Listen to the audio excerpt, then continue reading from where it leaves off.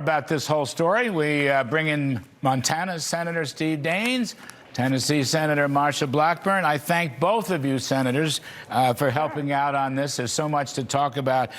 To some extent, Senator Blackburn, I'll start with you because the thought occurs to me, and I've used the phrase the historical arc of freedom. Dominoes can fall in the right direction, not always the wrong direction. And the dominoes seem to be falling in the right direction. You could go back to the Middle East and bombing of Iran several months ago. I know that's an unfinished story, but nonetheless, it had tremendous impact. Now we have Venezuela. Dominoes may fall in Cuba. Freedom dominoes. It is possible. I hate to predict. I don't know about regime change in Iran, but there sure is as much unrest as we've seen in 15 years. And those are opposing the mullahs and the military state and so forth. I mean, it is possible that Mr. Trump has triggered a chain reaction of freedom and regime change for the better. That's a possibility, is it not? Well, indeed, it's a possibility. And I think one of the foundational elements is this. The United States of America goes in to liberate people. We do not go in to occupy countries. And people around the globe know that. And freedom is at a tipping point. People know Donald Trump is going to do exactly what he says he is going to do. The President of the United States is tremendous when it comes to follow through. And you look at what happened in Iran with the bombing that took place there on the oil fields, and that had an effect on their economy. It slows down money that is going to all these terrorist organizations. You look at what happened in Venezuela, and by the way, going after those drug boats in Venezuela, perp walking Maduro, apprehending him. Tennesseans are saluting the president for doing this. They want the drug issue stopped. He is saying no to drug dealers, and that's a good thing. And now you look at what is happening in Iran, and what I'm hearing from some Iranians that live in Tennessee is that young people in Iran are getting information. They're using the Open Technology Fund, which we, the USA, has.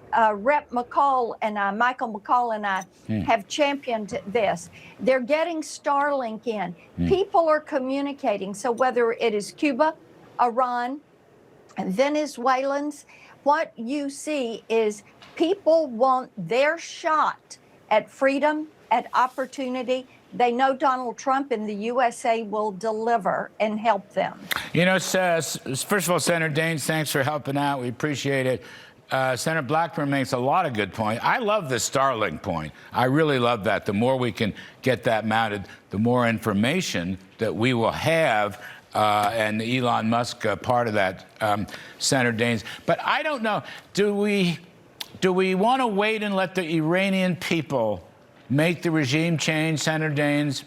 Or do you think the president, this is an impossible question, but you answered the impossible questions on a routine basis.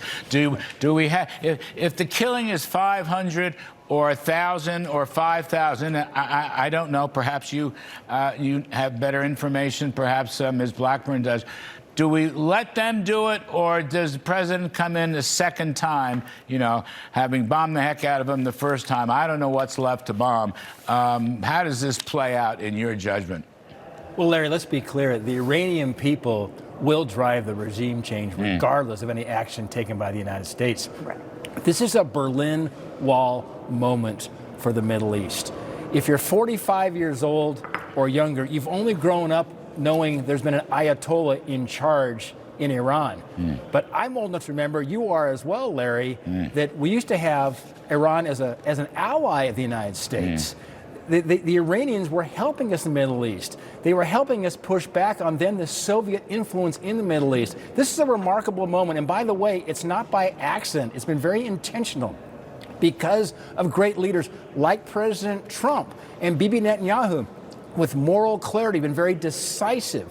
They understand what it takes here to restore true peace and prosperity in the Middle East. And you think about the Iranians. The Iranians and this regime, not the people, but the regime, are the leading state sponsor of terrorism in the world. Let's not forget that. Hezbollah exists because of Iran. Hamas exists. The Houthis exist because of this current regime. So thank God for the resolve of President Trump, for the B-2 bombers that hit Fordo, for the message sent, as Senator Blackburn said, taking out the oil fields. The revenues have been declining, putting Iran in a crisis economically speaking.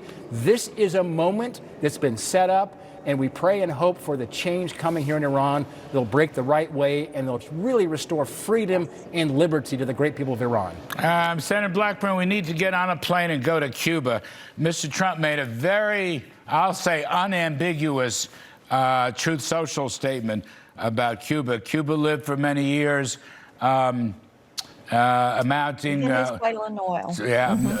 Living on oil and money from Venezuela. In return, Cuba promised security services. That was the secret police. I call them the Cuban KGB. They're all over the place, propping up the Venezuelan dictators, but not anymore. So he's saying, okay, there's now going to be a complete embargo, if I get this right. And I asked this question last week of some senior people. They weren't ready to answer it, but the president answered it. No oil, no money. How's Cuba going to exist here? How can they, even Cuba, people are leaving Cuba for years, but how can they exist? No oil, no money, but you got a lot of Cuban thugs that are still in Venezuela.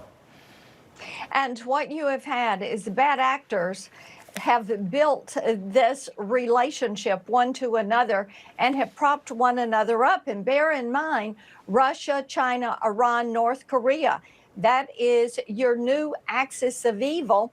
And they have tried to pull in people like Venezuela. Venezuela has pulled along Cuba. And once you put these sanctions in place, and bear in mind, the Trump administration and President Trump know how to enforce sanctions. That is a big difference from the Biden administration.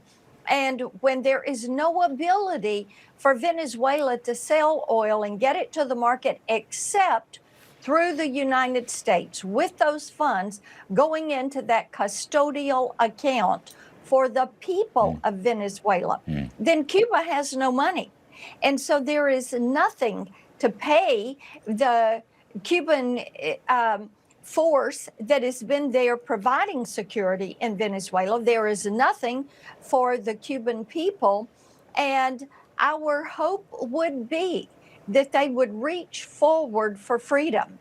And as Senator Daines said, it is going to be up to the people in Iran, in Cuba, in Venezuela to establish a more democratic form of government.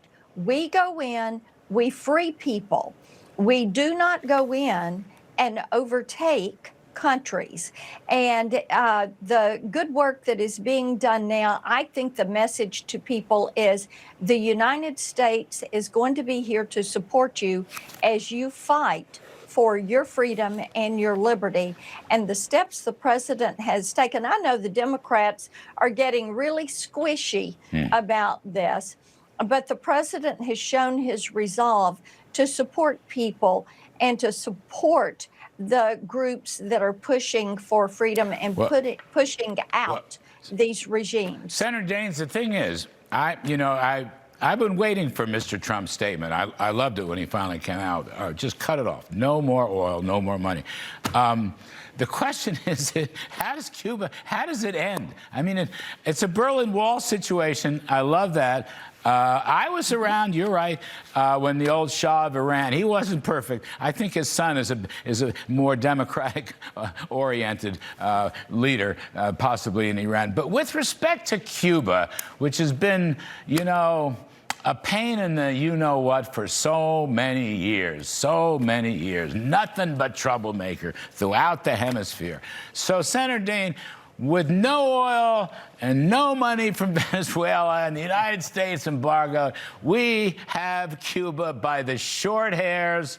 Pardon me, ma'am, but that's what we have by the short hairs. They're going to have to do something very important, Senator Daines. I can't figure out how it's going to happen. I just know it's going to happen. There's going to be some big change in Cuba. Tell me how it's going to happen. I don't get it. Well, one thing I do know for certain is that the Democrats, as they've led under Obama and under Biden, their appeasement strategy with these dictators is a failed strategy. And so you can't win through appeasement. There's one thing places like Iran and Cuba, Colombia, Venezuela understand, and that's strength. They respect strength. They exploit weakness. And so what it needs in Cuba is a spark. And once the people understand it's going to be okay for them to challenge the regime, you have these major disconnects between the leadership and the people. I would say Iran probably has the greatest disconnect of any country in the world between what the Ayatollah thinks and what the rest of people believe. Iran generally is a pro-U.S., pro-West country, but the leadership is out of touch. I think in Cuba, similarly, you've got the people there that are waiting for that spark. Don't underestimate Marco Rubio and President Trump, what they will do here going forward. I believe Secretary of State Rubio not going to let Cuba off the hook. I'm glad to hear that Senator Blackburn agrees.